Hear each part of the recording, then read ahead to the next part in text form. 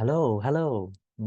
Hello, everyone. So welcome to this enlightening session, Innovative Teaching Technique for Classroom Management and Student Engagement.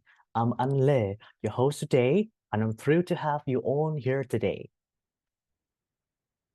And before we dive into our main topic, let's introduce our esteemed presenter, Ms. Hanh Nguyen. With nearly 2 decades of experience as an English teacher, Ms. Hanh is deeply committed to the professional role of educator in today's dynamic educational landscape. She has taught English to learners of all ages, and as a senior academic manager, she has focused on equipping teachers to navigate the ever-evolving challenges of modern education. Currently, she serves as academic specialist at ProEd Education Solutions, overseeing academic consultancy project for school and companies. Now, a word about EduVerse, the driving force behind today's webinar. Powered by ProEd Education Solutions, EduVerse PD Network is a platform for global educators to share and get share all about education. EduVerse is committed to providing educators with invaluable learning opportunities and resources, from monthly newsletter on cutting-edge educational trend to live webinar every 2 months. We are dedicated to your professional growth and all free of charge. Are you looking to enhance your classroom management skill and boost student engagement? Today, Ms. Hanh will shed light on the practical strategy and tools to foster a positive learning environment and keep students actively engaged. After the webinar, please take a moment to complete a short survey to help us serve you better. After that, you will receive an email with instruction to download your certificate within 1 day. Without further ado, let's immerse ourselves in this enlightening webinar. Feel free to ask any question, absorb all you can from this session. Thank you. Ms. Hanh, over to you. Thank you. Thank you very much, Tuấn Anh, for your kind introduction. And good evening, everyone from all around corners of the world. Do you hear me well? Can you just show me some of your reactions, a thumbs up, a smile, whatever, in the chat box or reactions, please, everyone? Wonderful, wonderful. It's been a blast for me to be here today. And I'm really thrilled to see that for the first time ever, our webinars have welcomed more than 500 attendees, including the panelist people as well. If you were here before, some of you might have noticed that I was here with the webinar several times. For the last 6 sessions, I believe, and I was here merely as a host to introduce our esteemed speakers. And every time I had a chance to introduce those people, I've always been, ambitious about myself being here someday to share with you guys.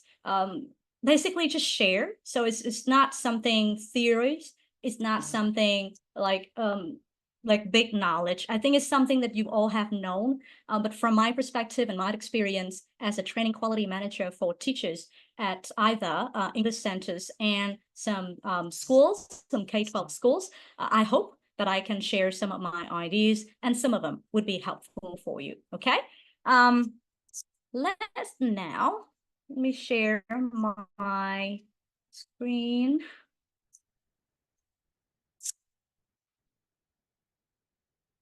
Ooh, I've been shaking, like nervous and shaking at the same time. You might not believe that is true. So please be patient with me, guys. Okay, share. Do you see my share screen? Tuấn Anh, can you see my share screen? Yes, I can see really well. Okay, good. Wonderful, wonderful. So the topic today is about innovative teaching techniques for classroom management and student engagement.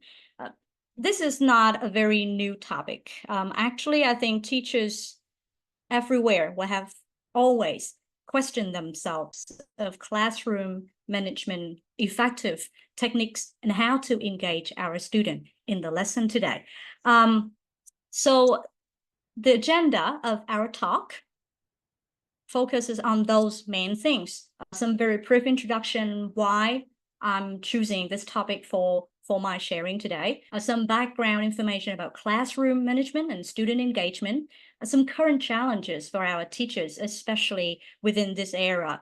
And some of the sharing, some innovative strategies that might work, yeah, in some of your classes. And of course, some AI tools. So to go with the introduction, I would just keep asking myself, why classroom management and why student engagement matters so much in our teaching. Can teachers quickly share your thoughts in the chat box? Why do you think classroom management and student engagement is always an aching question for you guys?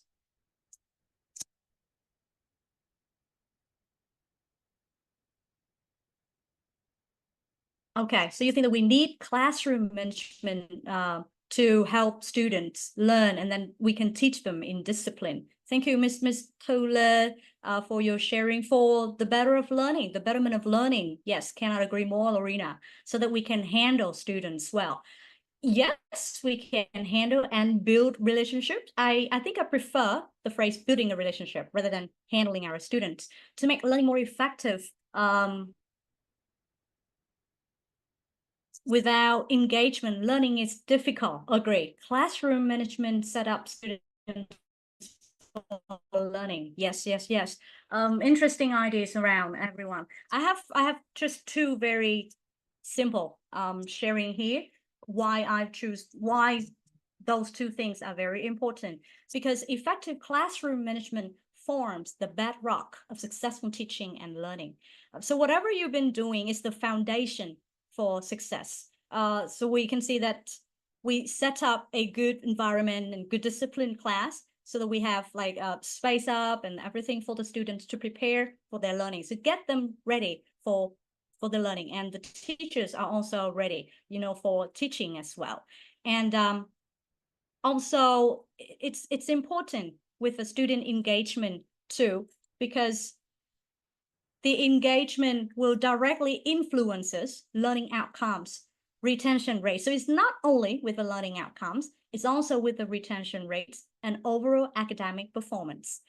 Just imagine you have a group of students coming to class, enjoying the lessons, and they keep coming back to the lessons, keep coming back to your lessons. It means your school, your institutions can retain those students with them. They love it, they learn something from it, and that will increase the retention rate and the overall academic performance. So those very two simple things that I think that I would quickly share with you why I think those two things are very important. So the objectives I believe is very clear. Some practical techniques on how to work with class and then some technological tools, AI tools, and the learning with innovative strategy that I myself have experienced and see teachers from different places use them as well. Okay, some simple background of classroom management and student engagement. We will spend some very short minutes to talk about new age students' characteristics. I'm using here with me today what I call it's just an app. I believe most of you have you can also see, the analytic charts of it. So can you go to this? You can either scan your QR code or go to classpoint.app and enter the class code. Okay, your name will appear here on my app, so that I'll be seeing who can join me in this class point.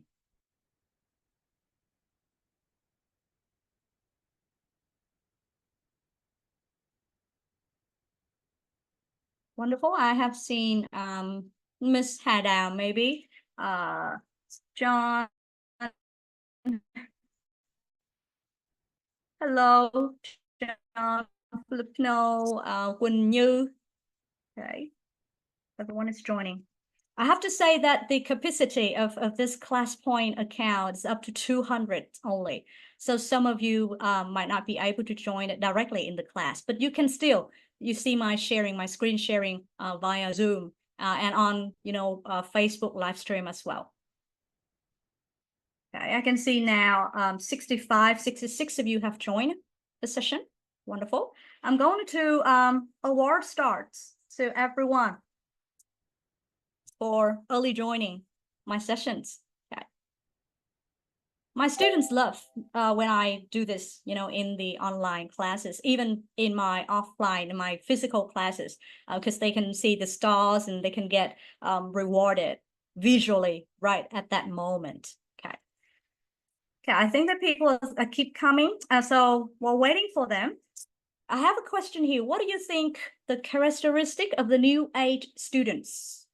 By new age, I would like to focus more on the Gen Z, especially Gen Z students born within 1995 up to 2007, I guess. Okay. Gen Z students. What do you think are the characteristic of these Gen Z students? Okay. So when I click word cloud, you'll be seeing on your device a space for you to enter your answers. Okay, let's share with me. What do you think are the characteristics of those new age learners?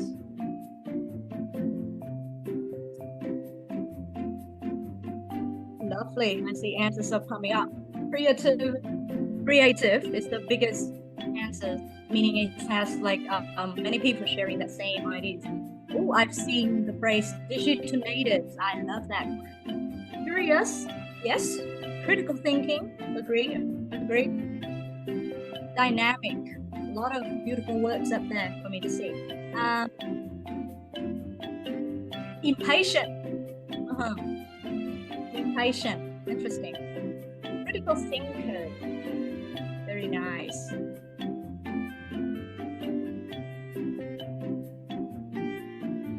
Love to explore things. Yeah. They like to get to know new things, aren't they? Competitive, tech savvy. Yeah. A lot of people saying that the students of Gen Z is creative. Yeah.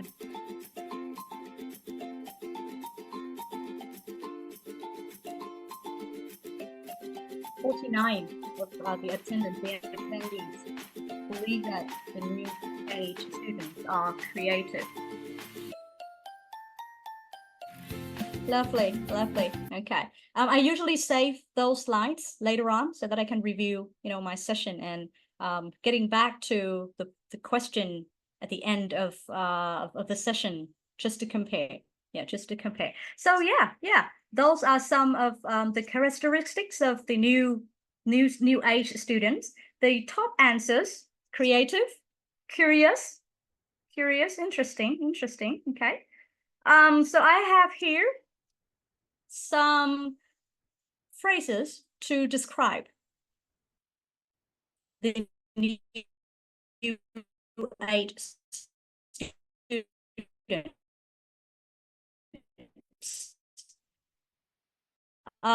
This one has been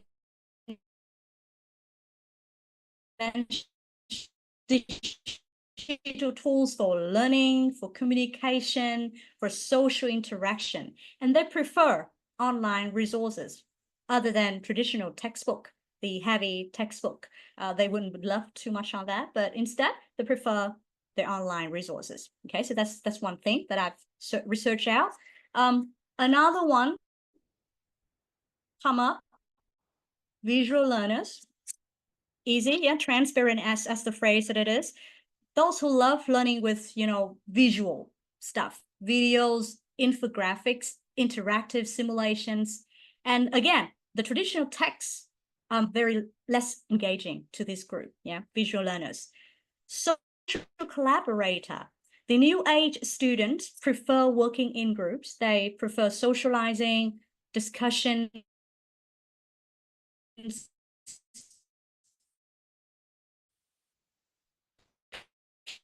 peer learning, and they value engaging with others. To my time, I can still remember when I was at kindergarten 30, 40 years ago, I was quite intimate and were not that eager, open to start a conversation. My son 2 years ago, when he didn't start at a kindergarten yet, he shared the same characteristics, silent, kind of introvert boy. But now after 2 years at the kindergarten, he feel free to say hello to everyone he sees on the street, even in the supermarket. Any boys or girls at his age, whenever he sees them, he just wave his hand and say hello. So he tends to socialize with people, at least better than me, better than his mother. So yes, they tend to be social collaborator. Another one, which is, I think, interesting.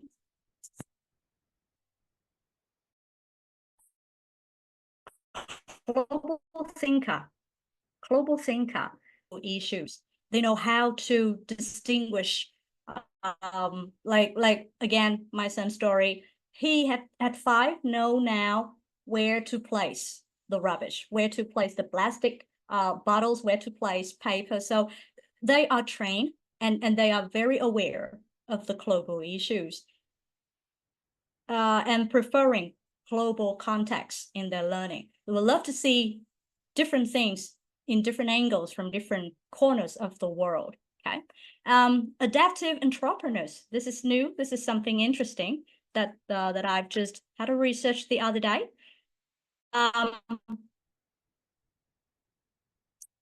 Which discusses that the children now entrepreneur flexible learning. Yeah, they valued flexible learning more than us ourselves years ago. Okay, and the last part, this is quite similar to the very first one, digital natives. This whole generation is mobile first users. They prefer education accessible on mobile devices, favoring mobile friendly content, and of course, applications that allow them to learn anytime and anywhere. A good example of it is I can see now my 14-year-old niece. She spends more than 200 days consecutively on Duolingo to learn a different language, Spanish, something I remember. But it helps her a lot. Like she can learn everywhere and anytime she wants. Okay, so that's mobile first users. Okay, so those are the 6 characteristics that I have had some reading previously, and I think that they're just interesting to share with you guys what other people think about the new generations, about the new age students. So going back to those new age students, when we have a new age of student like that with different characteristics with ourselves, we might need to redefine the notions of classroom management and student engagement. So traditionally, in your mind, what are your definitions for classroom management and student engagement? What is it within these 2 terms? Okay, I would like to hear your voice again now through the class point. Let's go back to your class point and type in some of your short answers. Some rules. Yeah, so when we think of classroom management, the first thing ever coming up is rules, classroom rules. Peace and order. Pay attention to the students, rules, collaborations, student-centered, wonderful. Organization of the classroom, yeah, like the spatial setup, spatial room setting out, engagement, organization, strategy, true. Instruction, yes, Ms. Lin. People just think of classroom management as how to manage the class, but some of them might have forgotten that if you have like effective, captivating instructions, meaning the way you teach the students, that can also keep them into, put them back into good classroom management. Conducive for learning, yes. Discipline and organization, right? Adaptation from what they're related to, yes. How to manage your learners to be able to have the correct outcomes. Okay, interesting ideas. Good. few answers are coming up, but we don't have time for all of that. I'm going to close it. And for all of those of you who share your ideas, I love your ideas. Going to give you stuff. Restarting confirm no, and I'm going to award starts to everyone. So,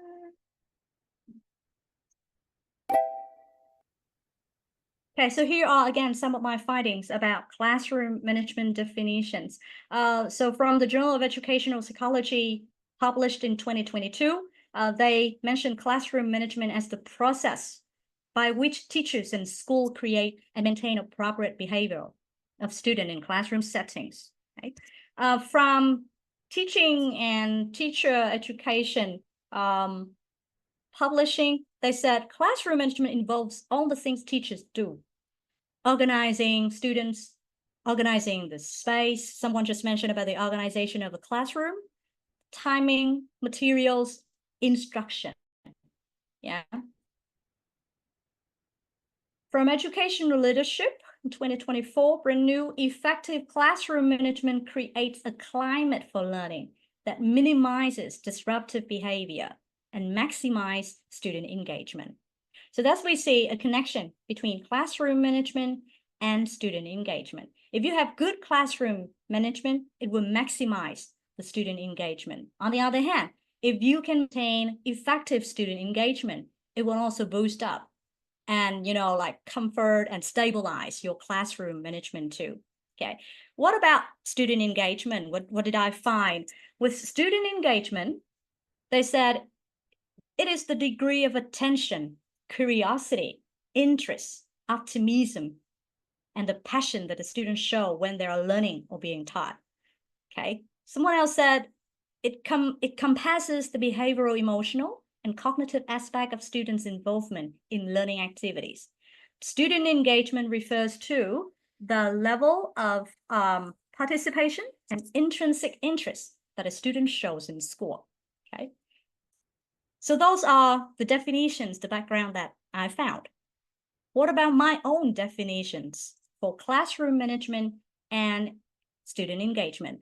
I reckon that we might have different concepts about this, and we might need to choose our own set of definitions that best fit our teaching style and our teaching theories. Okay, so within my knowledge and within my passion, the definitions of classroom management, I will try to map them to the 6 letters of the word manage, which includes maintaining orders, arranging the classroom, so it's now spacing, yeah, navigating challenges.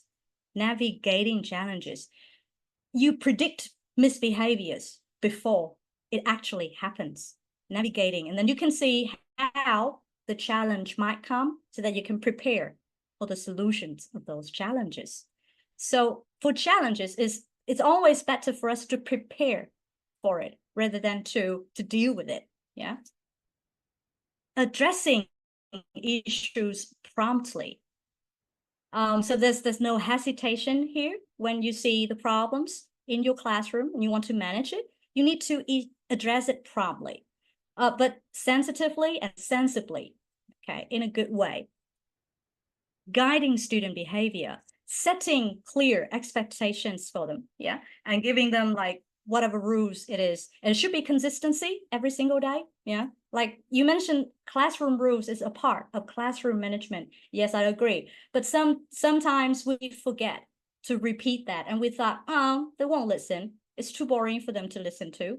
Don't be. Just keep listening. Just keep repeating to them. I once consult my group of teachers to do this frequently in the course every single day.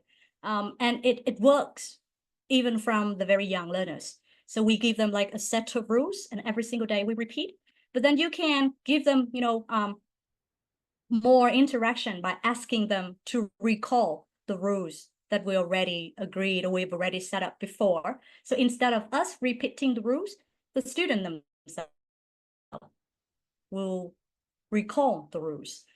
But it's still, the classroom rule reinforcement has to be done every single day. It has to be something regularly completed every class, like a routine. Yeah, the first thing ever happen in your classroom is coming to the class, presenting the rules, recalling the rules. Yeah, guiding the student and engaging students actively.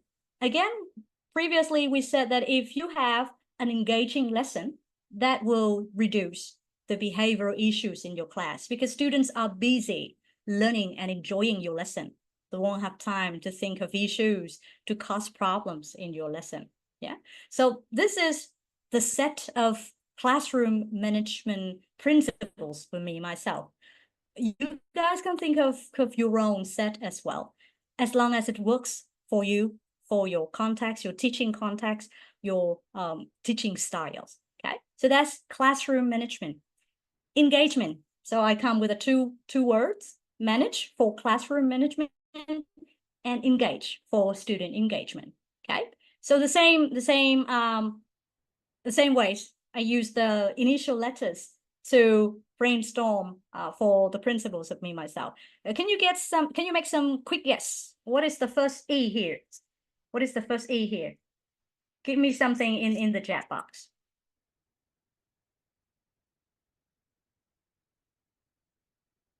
The first letter E.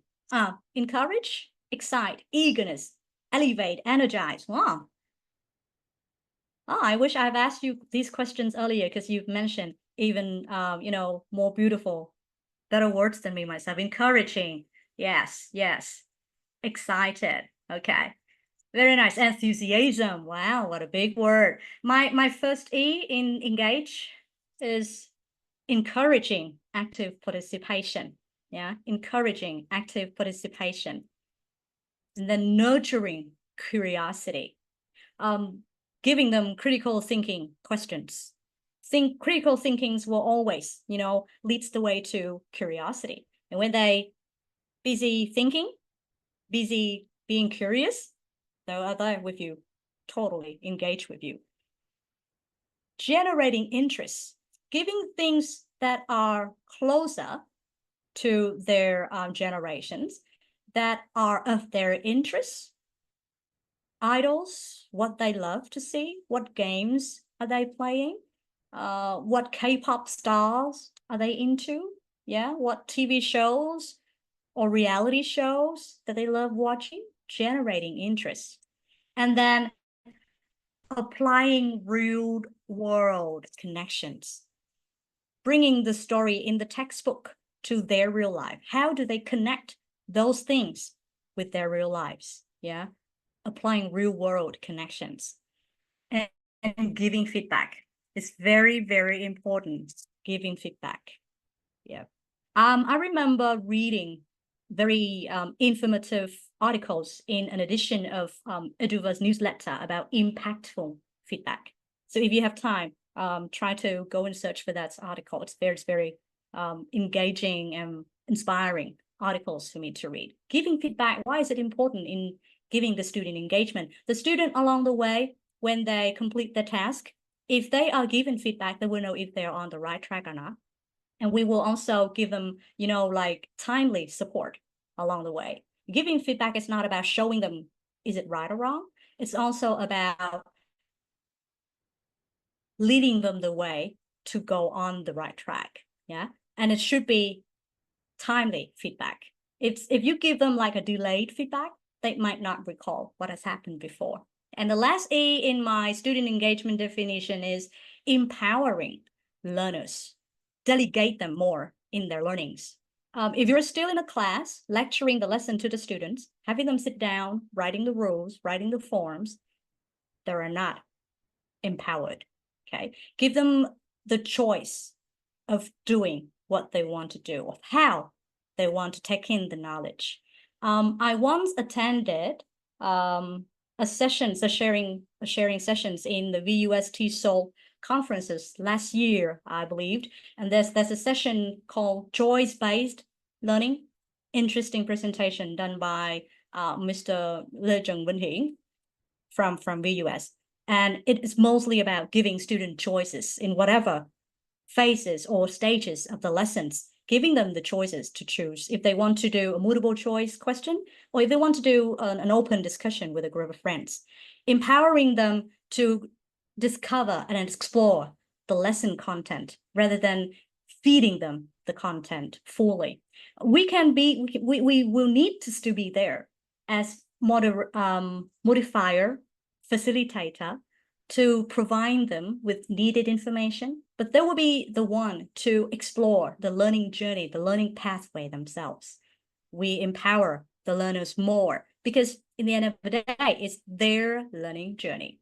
Okay, so those are the 6 keywords for my student engagement definitions. Okay, again, there's no right or wrong here. It's just appropriate, proper, and it fits with the teaching styles that we are working on. All right.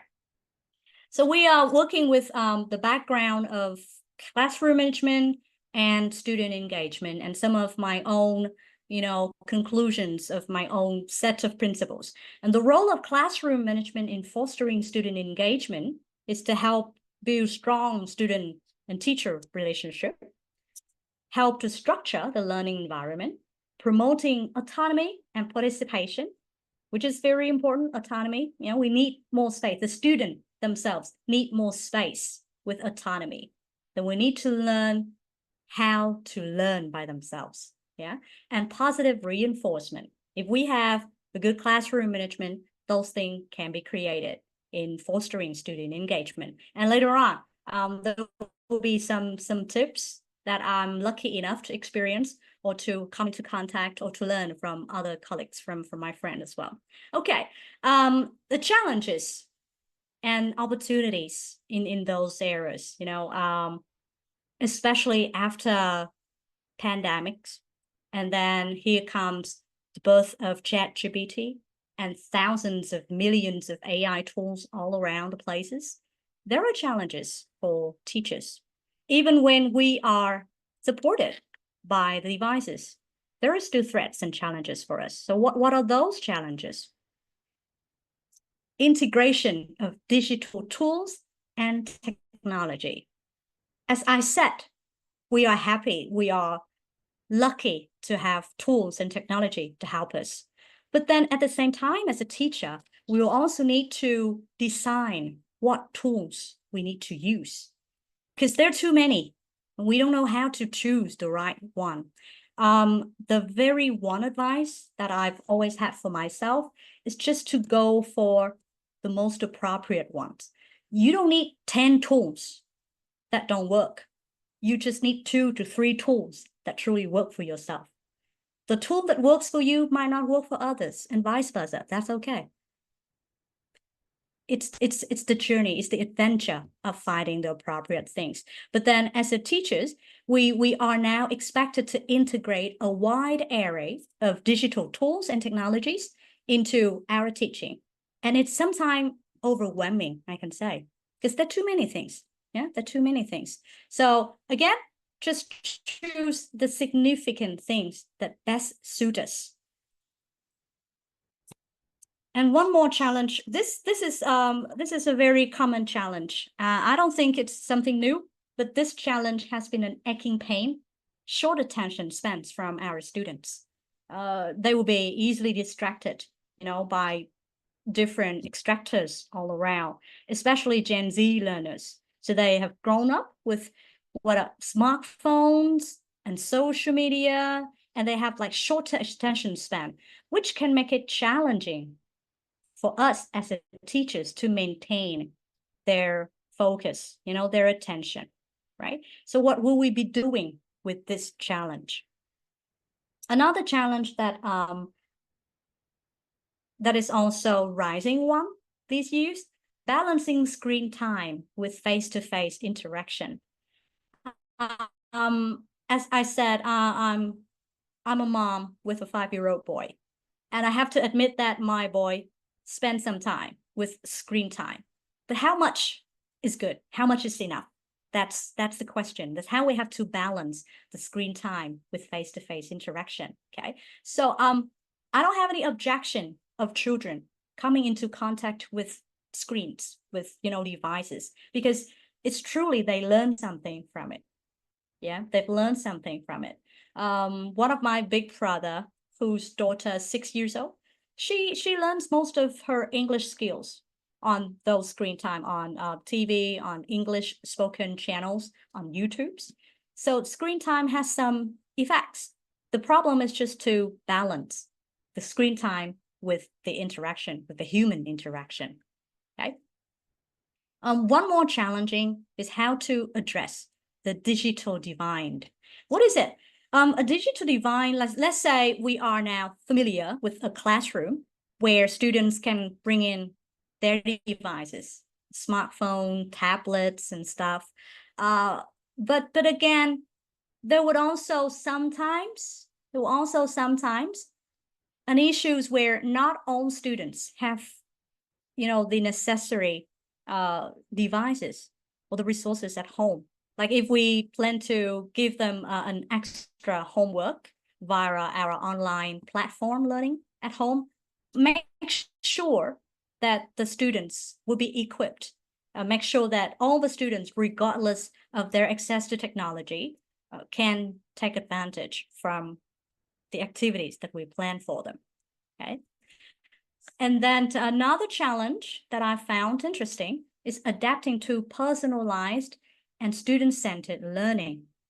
Gen Z learners expect more personalized and subject and student-centered approach to education. That's why Duolingo has made a big jump, in their development, because more and more students enjoy learning with Duolingo because it's 100% personalized. I've tried it myself. I've been on the way of like 30-day streak, a 30-day strike. And I understand why. This can be very captivating to students because it's very much personalized to our learning pace. Yeah. And teachers with this must develop skills in differentiated instruction, and we use the data-driven insights to tailor the learning pathway effectively. Talking about differentiated instruction, I think the next coming webinar will be, in very much details of this. So make sure that you don't miss it next time. Yeah. Okay. So with all of those challenges, I know that we have had out there lots of strategies and tools to help us. So this next part of me is just somehow a summary of my experience and some findings. I also think that some of you have come into contact with these, tools and strategies already as well. Okay. So first up will be the importance of innovative strategies is leveraging adaptive learning technologies, helping with blended learning models, implementing microlearning techniques, and equity focused. Okay, how's that?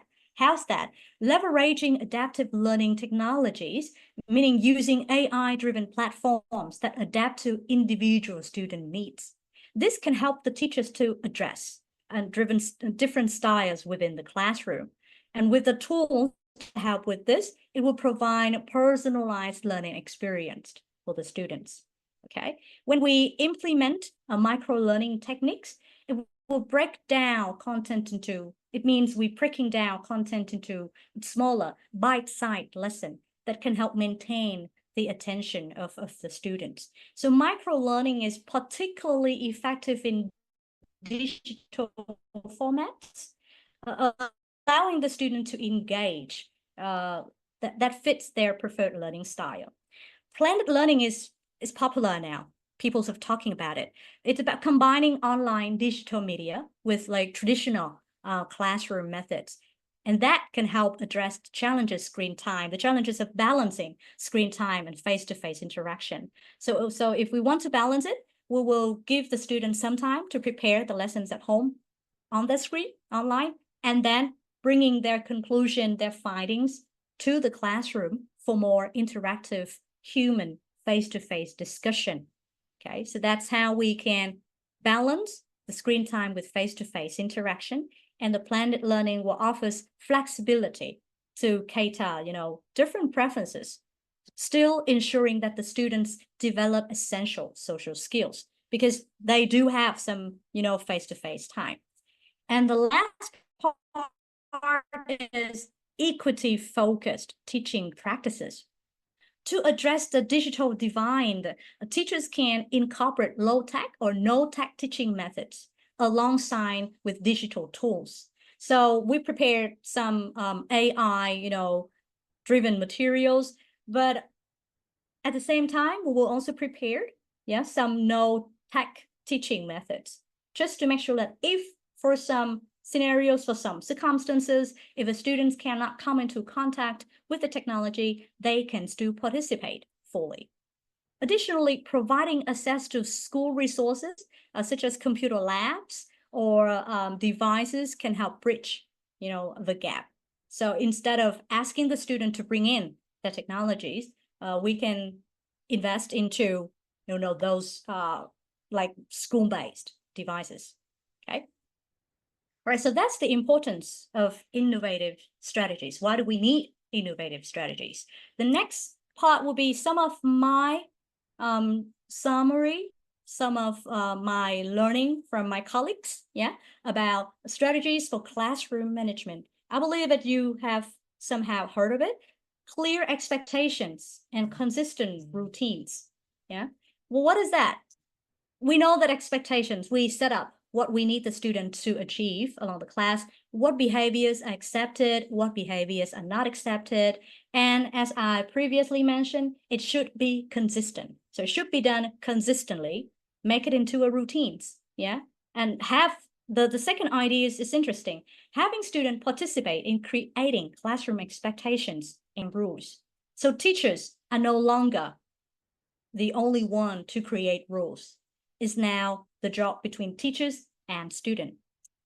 Something like this, something like this. So we have students to work in groups, small groups. Each groups will come up with some rules, some expectation, and then they will present the rules on the board. The most mentioned rules will then be selected as the class rules. Then we write the class rules on, a piece of cardboard. And the interesting part is every student will get to sign their name under the class rules. I would prefer to call this an agreement rather than a classroom rules, a class agreement list. So by having them sign in that box at the bottom, we make them think about their accountability, their responsibility. And whenever they tend to break the rules, they will have to recall what they have signed. I think it will also, increase the students' dignity. And okay, so that's the rules I agree with. I have to commit with it. I have the same kind of, a routine board like this for my son. And we have a set of 20 up to 20 expectations that I need him to achieve every single day. Like eat well, sleep well, fold his clothes, things like that. And every day he has the choice to choose 5 things he would like to aim for. Okay, so I don't ask him to achieve everything in one day. I give him a chance to choose at most 5 rules per day, 5 expectations per day. And then he will try himself. And at the end of the day, we'll talk and say, okay, how many stars do you think you will gain for this first expectation? And then we give him stickers and stars. And by the end of the week, we will count up all of his stars, and he will redeem for, some fun things like a small toy or some fun time or extra time with the screen time could also be an option. But the point is giving the children some chances to speak up their voice. So they need to speak up what they want to perform in the class. So it's not about teacher's choice anymore. It's about the students, and they can choose the rules and they sign with whatever rules they've had. Okay. The second strategy I would like to talk about is positive reinforcement and motivation, which I believe teachers have been doing for many, many years.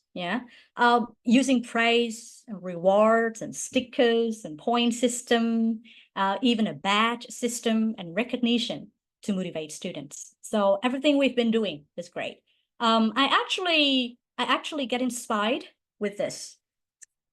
One of the teacher that I have had a chance to work with has even create more title for her students to earn, especially those who are not good enough to be given the standard certificates that, like in K-12 classes, they will have standards for some kind of certificates at the end of the school year.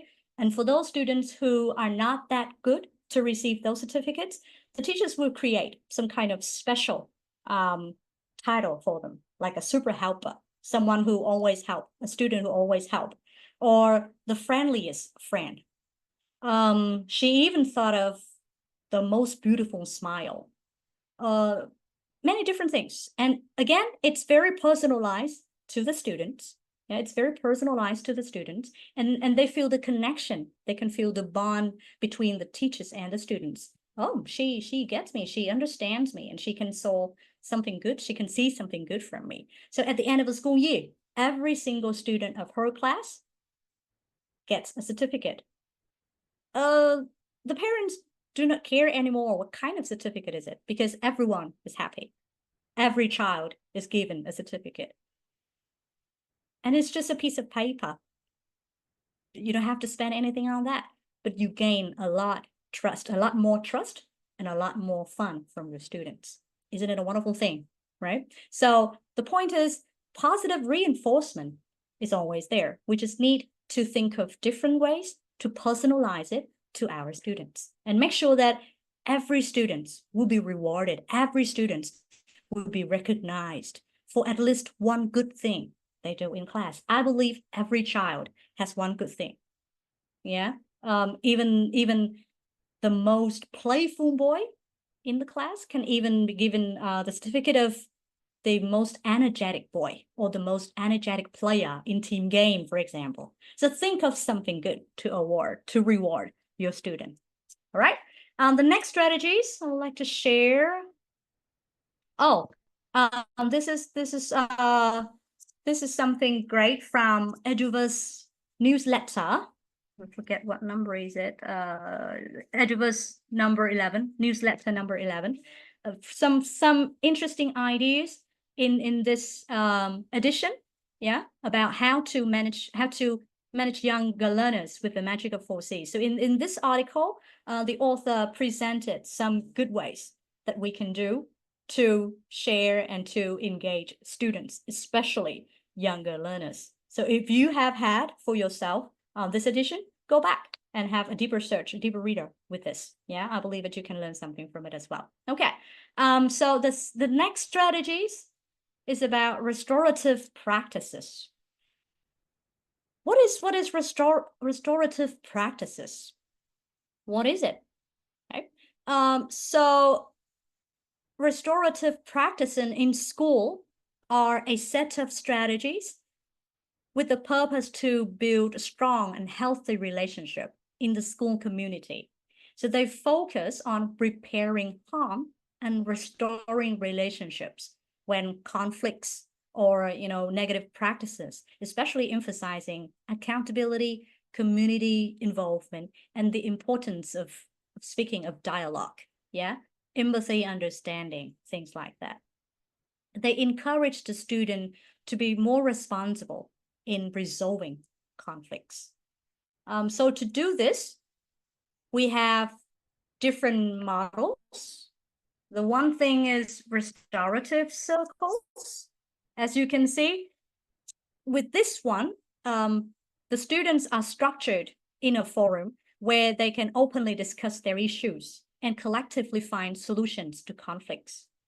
Okay, and then in an ESL classroom, you can use restorative circles to address misunderstanding between students, among students, especially those arising from cultural differences. If you are lucky enough to have a class of, mixed culture differences, this can be something that you can try, and give it a try. Yeah, this practice will foster a supportive environment for the students and make them feel heard. They are listened and they are respected within this group. Restorative circles. Okay. Another models of restorative practices is peer mediation. It should be mediation, not meditation, typo, sorry. Peer mediation. What is it? A peer mediation involves students taking on the role of mediators to help their peers, encourages responsibility and empathy. To apply this model, we can try to train a group of students in mediation techniques. Well, it can sound big, but then if we narrow down, it can only be active listening, conflicts arises, and then these students will try to act as a mediator, facilitate discussion. So we help the students grow, helping their peers and reach to a very different level of understanding. And then again, they can use the language and that everyone understands, okay? Peer mediation, okay? Restorative practices can also be about reflective questions. So the questions here is a strategy to prompt reflection and responsibility. They design to help students consider the consequences of their actions and think about it. So when addressing a conflict, yeah, we can ask the questions like, what happened? Oh, what were you thinking about at the time? I'm sorry, the background noise is actually my 5-year-old boy he's in the room next door. Okay, I think he's gone now. Sorry for that. So with this one, you can see that there's a set of questions here. So this will help students to think more about the consequences. Now, what do you think has been affected by? It's not about to dig down to who made the mistakes, but to put them in the shoes of the counterparts or the partners in such a situation. Let them think about it. Okay, what do you need to know to make things right? So guided questions. It's not very much coaching. It's similar, but it's not that level of coaching. But this will help the students to get to the level of understanding, the very basic level of understanding, and do not press the pressure on them whenever there's something wrong happen. Okay, so that's reflective questions.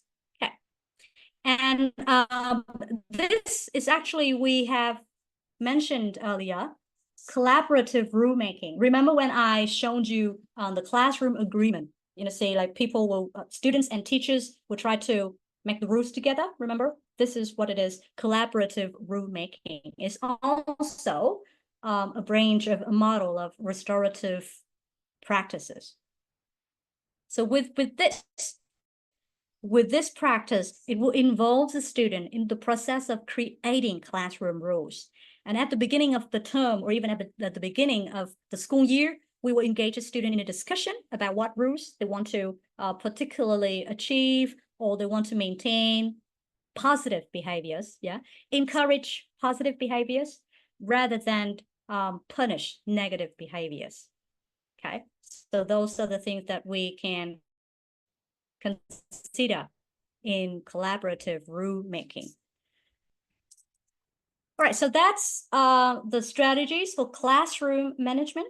Now comes with something about student engagement. Yeah, some strategies for student engagement. The first thing, again, very familiar, as most of you have known it previously, collaborative learning. Some of the techniques for this might be about jigsaw method, peer teaching. Yeah, jigsaw method, you have known about it very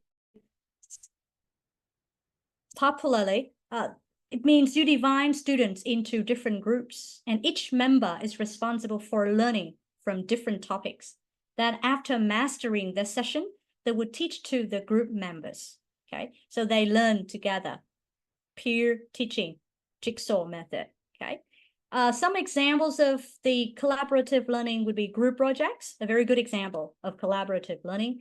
Peer review sessions. Yeah, in peer review session, the student exchange and review each other's work. So it's not about the teachers reviewing. It's now the student's job to review. Empower the students to do the reviewing job. Okay.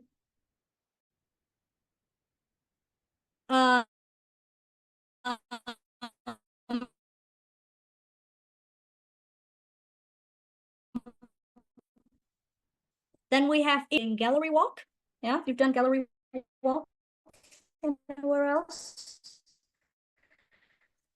It is like also group works. Yes, also group works. And the group presentation will be hang around the classroom, kind of vote for the best products from each group. Yeah, so they have the freedom to vote. They can even vote for themselves. That's all right. Okay, called gallery walking. And the examples would be debate, simulations, interactive storytelling. All of these are very familiar to you, I believe. Okay, and what's coming next? I think it's stuck. Gamification. Gamification, again, same old story, but with a new arrow, a new context, new group of students. We have batch system leaderboard competition, quest-based learning. Have you done this before? Have you heard of it before? I know that there's an online app called Classcraft on which you can design quests for your students. So your students will sign in and they will have their own character that you've already designed. The quest base will basically about what you have learned in the lessons. Yeah, you can ask them to do some multiple questions and some like closed text. Any kind of ESL question text can be designed on the quest based, and the students will need to finish those ESL quests before they can earn, some badges or some medals or some stuff from the quest game. Okay, so Classcraft is something worth a try. Some examples of gamification would be time-bound challenges that with strict time, and then we need to beat the time to win it. Online interactive educational games, which we have dozens of them, very popular. Escape room challenge. Escape room challenge is something new even to me. Yeah, and I've learned this from one of the teachers. So within the escape room challenge, we will need to design a classroom-based escape room, and then the students solve the problem and answer the questions correctly to escape and win the game. This can also be done as a closure activity at the end of the class. Yeah, you design some of the challenges, and the students can only leave the classroom if they can finish the challenge. So escape room challenge, and there are different versions of it as well. Okay. Some AI tools. Okay, here we come. Here we come, the fun part. Okay. Mr. Host just informed me that I have only 4 minutes left. Oh my God. Okay. So as you can see, those tech tools actually something I've myself learned from EduVerse newsletter. Okay. So in their editions, they have introduced quite a lot of tools and even readily made lesson plans every single edition, which you can freely download the worksheets and the teaching guide to use those EduVerse newsletter editions. Yeah, they have 14 editions already. So in this edition of EduVerse number 5, there's an AI calling Interacti. So with this Interacti web-based platform, the teachers can create quizzes, games, and photo stories, and even more. So it can be a combination of, if you have heard of Bamboozle and Storyboard together in Interacti. Okay. There are teaching ideas and key features. I wish I could have time to show you. Let me just quickly go through tools, and I can have a quick demo. Not demo, but to show you, the interface of and whatever this one offers us to do. But then give it a try, Interacti. Yeah, give it a try. It's very engaging, and the activity is engaging, and the students can enjoy the lessons a lot. The next tips I also learned from EduVerse. Interactive presentations, infographics, photos, and more. Basically, you can imagine that's a Canva, like another Canva in another universe, but it's free. Okay, so with Canva, you need to pay for the pro account Genuinely is totally free for you to use with nearly 100, with nearly fully functions that a Canva can offer. Okay, so as you can see, this is an example where they start up an activity, build up like a game-based, Mario game-based, yeah, genuinely. And Mizu,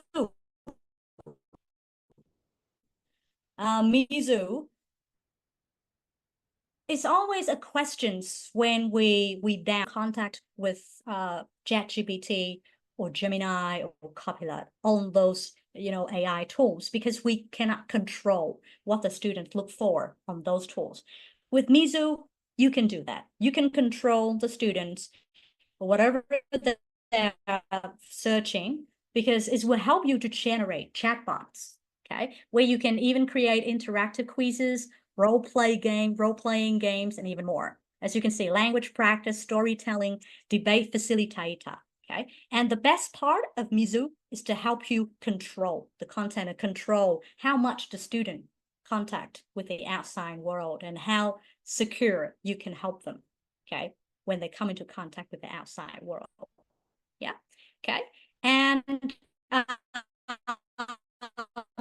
my last word with my presentation today is part of it, but it's not always about the rules. Sometimes you might have the rules, it might work with one class, but it doesn't work with the others. So it's not about having the right rules. It's about having the right relationships between teachers and the students. Okay?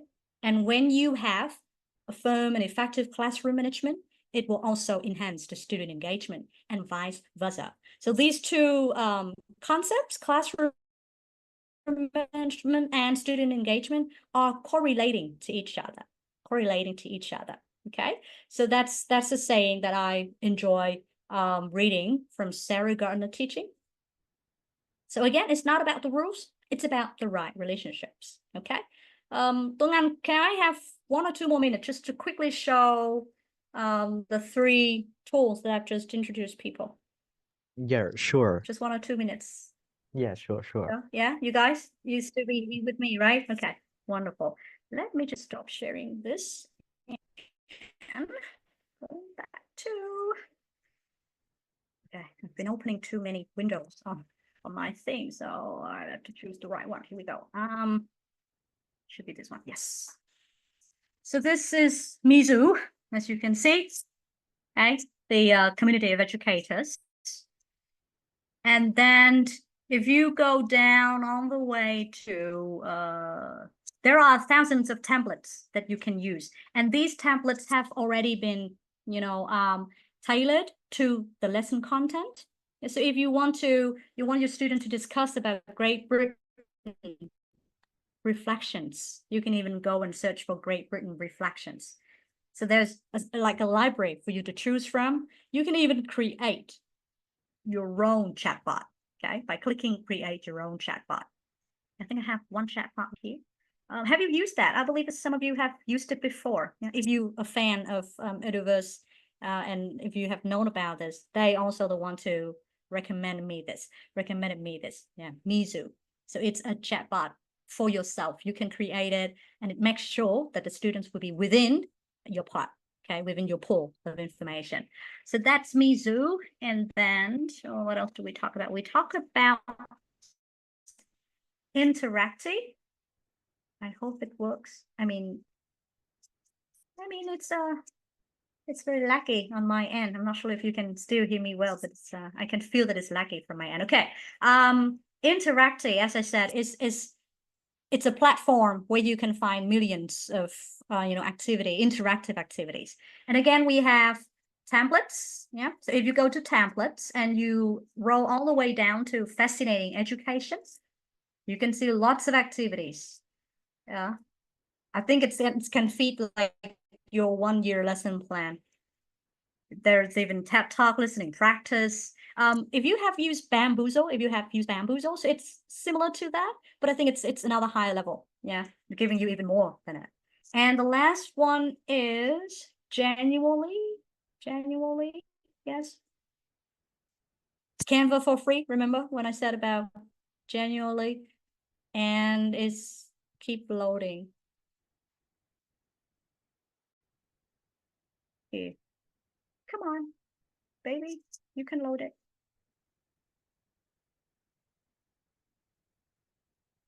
There, okay, there. So the interface is similar to Canva, as I told you. And when you choose a template, you can still modify it. You can even choose like games and challenges. Those are tailored to educational purposes already. So you can even search for templates, or you can modify the templates to make your own one. You can even design your own one. It helps you with the presentations, video, lots of things. Yeah, lots of things on January. Okay, so I think that will be it. That will be my time for my sharing today.